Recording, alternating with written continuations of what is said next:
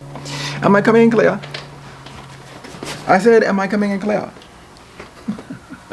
Hello, Shining Stars, and welcome back to the channel. My name is Trey, and today is Artist BootCamp, episode 3 of 3. Yes, this is the end. And today we're going to go over a truncated version of lines, simple shapes, complex shapes, hands, heads, and the anatomy, and how to map that anatomy onto mannequins, but also statuary, either Roman or Greek. I'm not sure which. So let's get started. Okay, first we have line, which is what we help use to define space and also define figures and objects on a two-dimensional field. Next is simple shapes, and simple shapes can help build everything that you see in real life. Everything in the physical can be built by starting with simple shapes. And then simple shapes can be used to make more complex shapes like cubes, cylinders, pyramids, and cones, and of course the sphere. And with the aid of light or adding light, you can define a 3D structure. So if something is lit from, say, the top of a cube, then the other sides would be darker and it would cast a shadow, giving a simulation, if drawn, of actual 3D. So then we put lines, simple shapes, and complex shapes together to then construct real life things on a two-dimensional paper or a computer, if it's what you're drawing on. But we construct everything with lines, simple shapes, and complex shapes. Next up is the human head. And because we are humans, we usually like to draw or see other humans.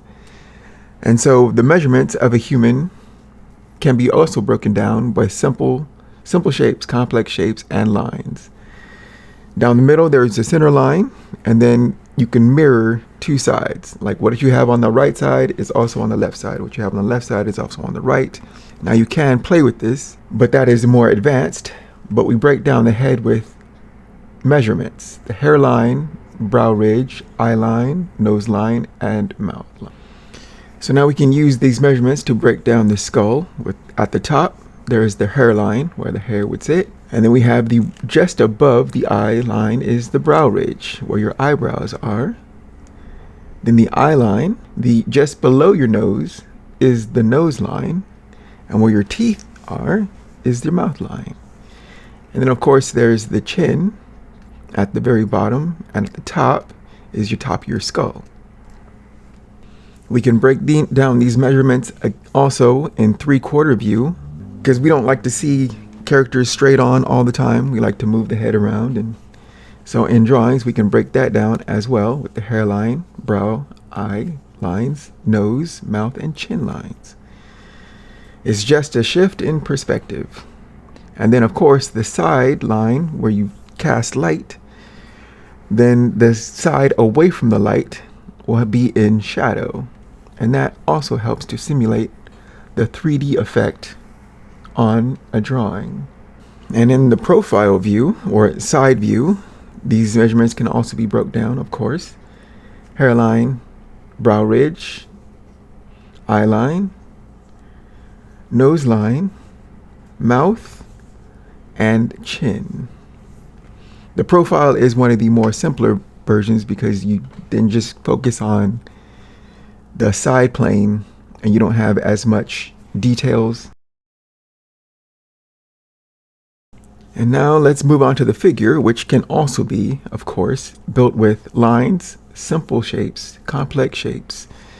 And so we're moving from left to right. We have a very simple figure, circles, squares for the lines for the body, moving on to the more complex shapes built. And we can round that off with more refinement for the final well-constructed form.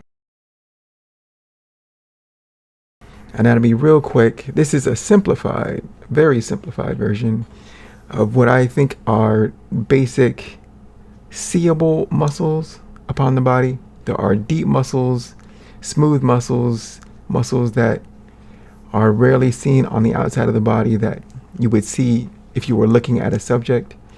But let's run through them. So, top to bottom, we have the trapezius, which is the shoulder muscle, going along the clavicle, which is this bone that goes across the body from the sternum, clavicle, trapezius. We have the deltoid, which is your shoulder muscle, and going along the arm. From the back to the front, there is the tricep. On the back, brachialis. On the side in green, the bicep is on the front. And then from front to back, bicep, front, brachialis, green inside, on the side, and tricep on the back. We have the brachioradialis that comes from the outside and comes inwards towards the thumb. So outside in the middle of your arm, about at the elbow, coming across and towards the thumb. Then we have bundles of extensors and flexors. There's a lot of muscles within the forearm, but I have just broken it down simply as the extensors and flexors of your forearm. Moving towards the trunk of the body, there's the pectoralis, like the pecs, going from the clavicle, sternum, and wrapping and going into your arm. The external obliques, which I have on the side of the body. There's the serratus anterior, which are in red, these lightning bolt shaped muscles upon your side. We have the rectus abdominis, upper and lower. Upper is what is formerly known as your six-pack, as the upper, and then lower from below the belly button going down towards the groin. Rectus abdominis, upper and lower. We have the gracilis, which is the inside of your thigh. We have the sartorius, which comes from the hip, iliac crest of the hip, coming across and towards your inner thigh. Sartorius. And between the gracilis and the sartorius is the adductor longus. Then we have the rectus femoris in the very center of the leg, your thigh, and it's covering other muscles. But there's the vastus lateralis on the outside. There's also a vastus medialis on the inside. So formerly vastus medialis, rectus femoris, vastus lateralis. The patella is your kneecap. And then from the kneecap, the patella is the patellar tendon, which goes from the patella down towards your ankle. The gastrocnemius is your calf muscle in green on the inside of your calf. On the outside is the fibularis longus on the outside, coming inwards towards the patella or towards the middle of your lower leg is the extensor digitorum longus in red. So fibularis longus, extensor digitorum longus in red, and then the anterior tibialis in purple. And those are your muscles, or a very, very simplified version for beginners of the muscles or muscle groups. So now let's talk about the mannequin. Now we have a mannequin. This mannequin is facing straight towards us, much like the skeleton and the muscles. So we're going to do this two ways. We're going to do just simple shapes, complex shapes and lines. And then after that, we will map muscles onto this mannequin. So first, let's turn down the opacity of it. All right. Now the pencil tool, and let's change it to a color. Let's say green for go. All right. So for simple shapes, usually I always start with the head, and that would be a simple circle for the cranium. And then we simulate the mandible and going towards the chin. The joints would be circles. So your shoulder, circle. circle. Elbows, circle, circle. Wrists, circle, circle. Knees, simple, circle, circle. And ankles, circle, circle. Your rib cage can be a simple circle, but also can come into a egg shape. And the hips can be a box or a modified square / rectangle. And then we can connect these circles with lines or cylinders. And this is a very simplified form of a human being. And getting these reps in will help later on, because we always got to start somewhere. And in art, we usually start from simple to complex. So just the basic form of a human. Now let's map the muscles. Make another layer. Turn that off. And let's change this to, say, an orangey color. Or rust. So now let's map some muscles. So the trapezius is your shoulder, going across your clavicle, but also your neck. And on the back, it's more like a diamond shape.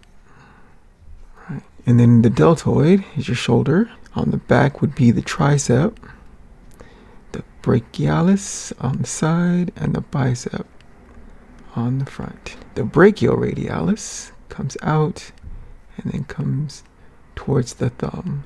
Right. Brachioradialis.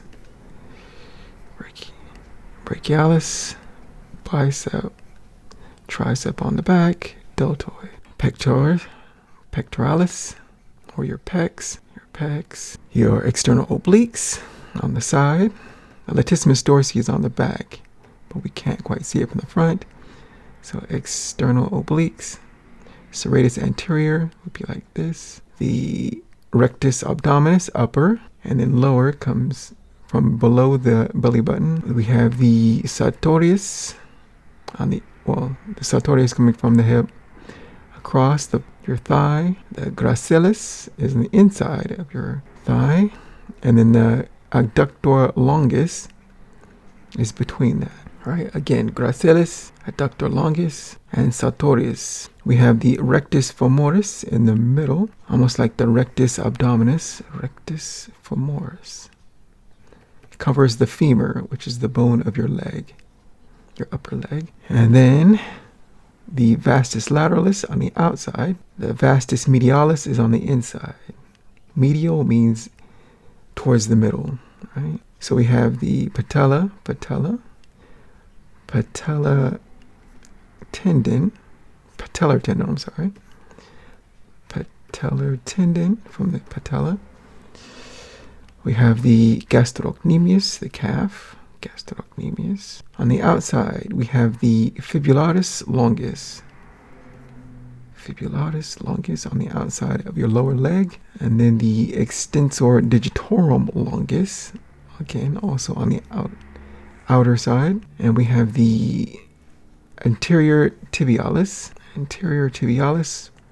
right next to the patellar tendon. And those are your simplified muscles mapped to this mannequin. And I always found that helpful to visualize where it is, not just to think about it abstract from the human being. But now let's talk about statuary. And this David, he is standing over the head of his enemy. So David, Goliath, and he has the knife in his hand instead of the sling. So this is the aftermath. And this one is done in bronze by Andrea del Verrocchio. I really like this David. Not a Ninja Turtle. I mean, one of the Michelangelos, Donatellos, and all of that. So let's map this guy. But first, let's talk about why I like statues. I like statues because they are in 3D, right? This is a bronze statue. You can turn it and see it from all sides. And that means when you shine light on it, much like the complex shapes, shadows will be in certain areas. So it looks like the light is hitting from about here. right? And so he has shadow areas, and that helps to define the form in 3D. That's, again, what is comparable to complex shapes. But let's map this guy now with shapes. Simple, complex, and lines. Turn this guy down. All right, and let's make it a green. So simple shapes, well, shapes in general. His head will be a cranium. His head will be a circle, simulating the cranium, which is where the brain, and we have the mandible coming down. His neck can be a simple cylinder. Circles for his joints, elbows, wrists, knees, ankles. Can't quite see this one, but it's somewhere around here. And then we can have a circle, another circle for the rib cage, or an egg shape. Again, we have this contrapposto. This is his dominant leg. Most of his weight is on this leg. So we have the hip tilt is up because it's supporting most of the weight from this. So hip tilt, but the shoulder tilt is like this. And that makes the figure more dynamic. And if we do a through line from the top of the head, go through the body, dominant leg is the sturdy, right? Much more drama in that. It makes a great pose when you're making your own character's poses. Always think about that.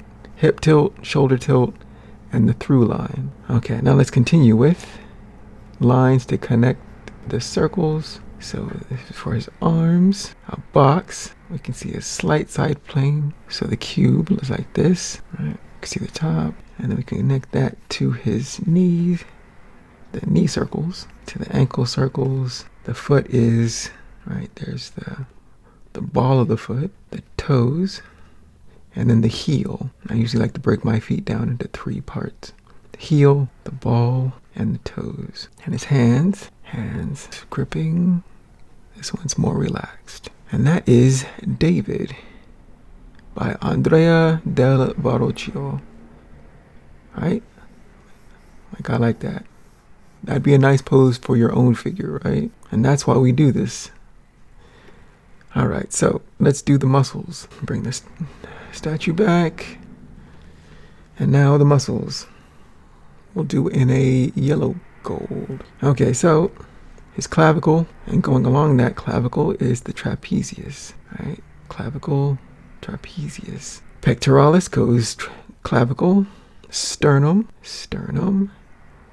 across the rib cage, and inserts into your upper arm. The deltoid, which is the shoulder. From front to back, we got the bicep, brachialis.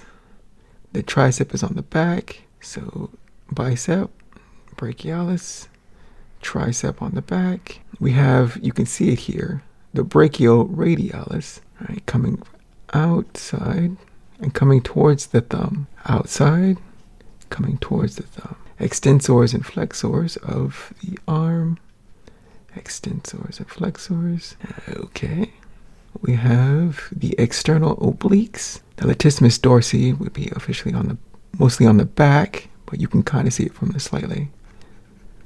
Latissimus dorsi, external obliques, love handles. His six-pack, or rectus abdominis, upper, belly button, lower. So rectus abdominis, upper, belly button, and the lower goes into the pelvic area. He has his little tunic on. But we have the gracilis, if we can see through that. We have the sartorius coming from the hip, right? The iliac crest is your hip bone. There's a part where the sartorius comes off of that and goes towards the inside of your thigh. And between the gracilis and the sartorius is the adductor longus. Gracilis, adductor longus, sartorius. Rectus femoris. Femur is your thigh bone. So on top of that is the rectus femoris. On the outside is the vastus lateralis. Vastus lateralis. Vastus lateralis on the outside, vastus medialis on the inside. Vastus medialis. So vastus lateralis, rectus femoris, vastus medialis. The patella is the kneecap. Patella. Patellar tendon comes from the kneecap to the ankle. Patellar tendon to the ankle. On the outside is the fibularis longus. Fibularis longus. And just inside of that is the extensor digitorum longus. Extensor digitorum longus. And then right next to the patellar tendon is the anterior tibialis. Anterior tibialis. On the inside of the calf is your gastrocnemius, the calf muscle. Gastrocnemius. And those are the muscles of David Andrea del Baroccio. I like that, David. I like his pose. Look at that. That's pretty nice. And if we stack that on top of the simple shapes, you can see how we built up that David, right? Simple shapes, work simply, then break it down. So we get from simple to more complex as we go along as we draw. Always start simply. Get it down first and then refine. And that is why I like to work from statuary, because it's a figure in 3D. You can see how light is hitting it. There are highlights and there's shadows. And you can see it from different angles, so you can break it down. And that is why I like statues. And so that concludes Artist Bootcamp episode 3, where we went over lines, simple shapes, complex shapes, hands, heads, and the anatomy, and how to map that anatomy onto mannequins and statuary. So I have been Trey Hodges. You can find my work at treyhodges.com. Thank you for joining me. Power to all the creators, and I will see you in the next episode. Bye.